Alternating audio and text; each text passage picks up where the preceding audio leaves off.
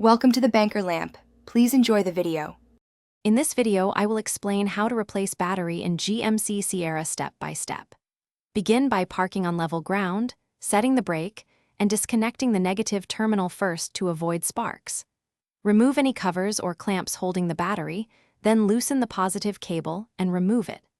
Carefully lift the battery straight up using proper posture and swap in the new battery, reconnecting positive then negative, and secure clamps and covers.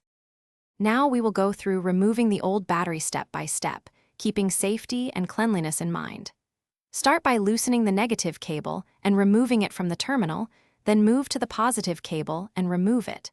Unbolt and remove any hold-down clamp or bracket, taking care to keep fingers clear of edges.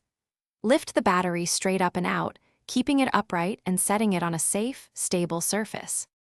If you're enjoying this guide, please subscribe and like so I can keep making helpful content.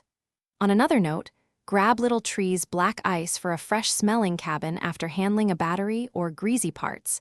It lightens the mood and hides any garage odors. Look for the product link and other deals in the description below so you can pick one up easily. And now let's get back to the video.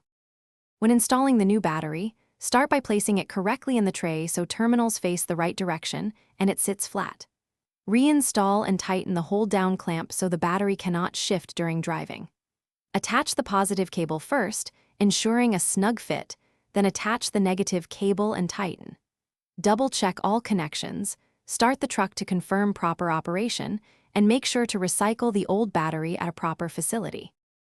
Thanks for watching. If this was helpful, leave a like and consider subscribing. See you next time.